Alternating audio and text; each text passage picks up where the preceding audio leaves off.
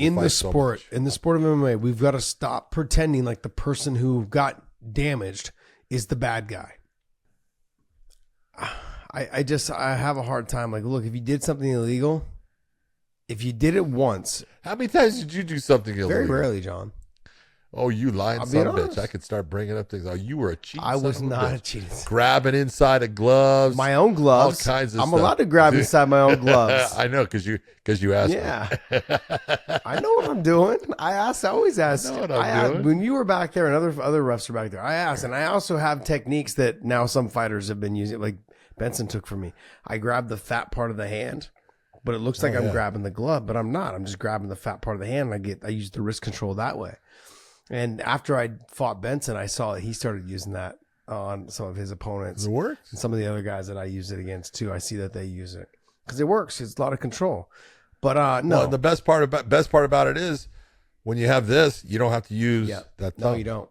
It's like starting an engine, like you're starting or a motorcycle. Like you're just trying to turn it, control the wrist. Yeah, it works real well.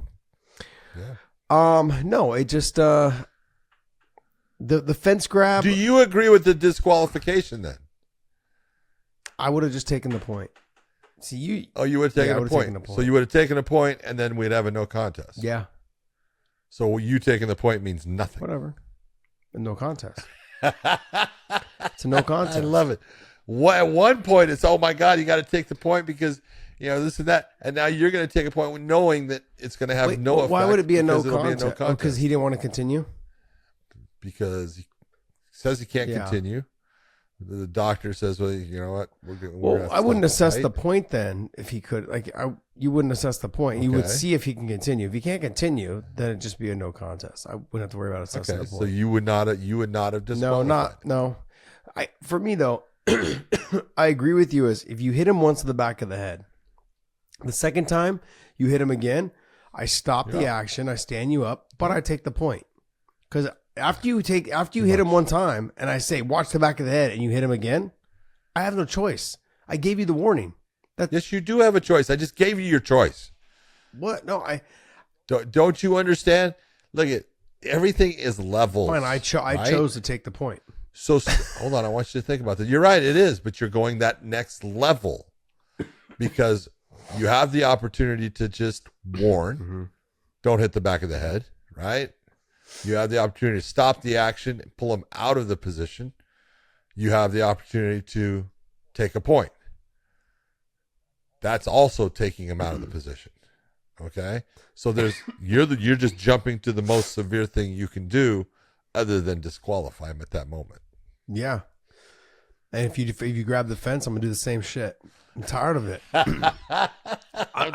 Look, I'm tired of these rule breakers. You're really jeopardizing that person's ability to continue fighting. Like if I kick you when you're down, if I knee you while you're down, if I do these things, I hit you in the back of the head, it's having an effect because those fighters at those moments, they believe they're in a safe position when they're not because you're illegally causing damage to them. That's going to hinder the fight whatsoever. No matter what you think. It does. It definitely does hinder the fight. Yeah. And it can affect the fighter later on. But this is where you got to figure out what can you do so you can make the fight go on, do something that affects them, and not be that guy that's I think altering the in fight the sport. So in the sport of MMA, we've got to stop pretending like the person who got damaged is the bad guy. Because we don't favor them enough. We got to start taking those points. And then you'll start seeing when people start losing their purses and half their purse, more of their purse, or whatever it is, because they're getting DQ'd or because, they're getting points taken away and there was a fight they could have won, but they cheated. Then they'll stop doing it. It's a really shitty situation, but it's not as if we don't know the fucking rules. Don't grab the fence. It's like we don't know the rules. Don't hit the back.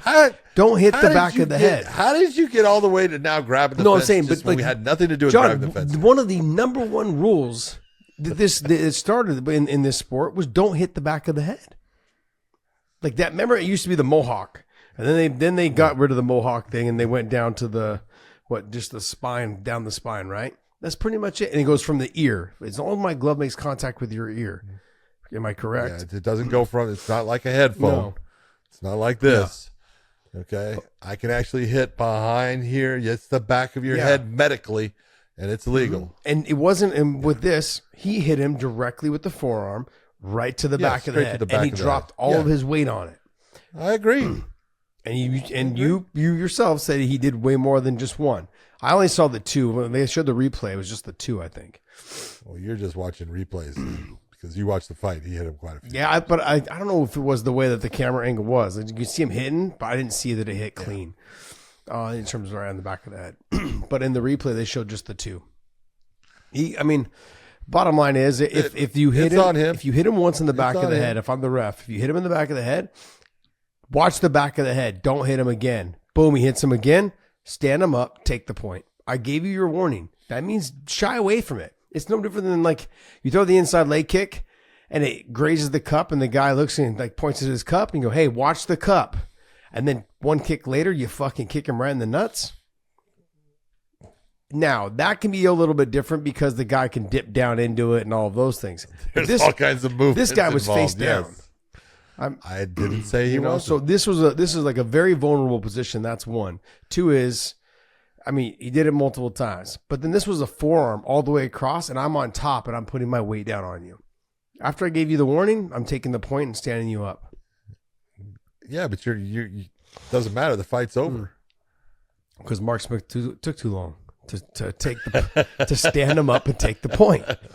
It's no different than like when I said this. I complained about this when I fought Tony. Not like it would have made a difference in the fight. The bottom line is he grabbed the fence 5 or 6 times in like one sweep transition. How many times you want to give this guy a warning? And I had the same problem with Herb Dean when I fought Clay Guida. Clay was sticking his fingers in my cut and pulling my cut open. And Herb warned him at least 6 or 7 times. Never took a point. I'm like, well, how many times? Like he was literally putting his fingers in and pulling my cut open. Putting his fingers in, pulling my cut open. And I was like, and he just kept, stop putting your fingers in the cut. Stop pulling on the cut. And I was just like, never once took a point. In all the fights that I've had with Herb, and I like Herb as a ref. I think he does a fantastic job. Just he sucks when he refs me. Just, I swear. But he warned with Tony Ferguson. He slapped his hand off the cage when he had already warned him 2 or 3 times. Yeah, you got to assess the point. Like I said, it's not like it would have made a difference in the fight, but still, it's annoying. As a fighter that's down there, you're already kind of depleted. You're like this. You feel like, man, even the fucking ref hates me. It's a shitty situation to be in, and everything seems like it's going the opposite way. I think that there just needs to be. We got to stop pretending or treating the ones that are being illegal, having this illegal activity against them, like we tend to bag on them. Oh, he could have kept fighting. Oh, they could have done this. Or, all these things. When it's not, they're the ones following the rules. And we're not assessing the penalties to these people that are cheating. We're allowing these people to keep cheating until they get warned multiple times. Why would I stop? Bob Cook and I talked about this a lot at AKA. We're like, no, just fucking keep doing it until the ref tells you I'm going to take a point. And then you stop. Push the boundaries. Do it. Well, some guys do. A lot of guys do. 100% agree. Look,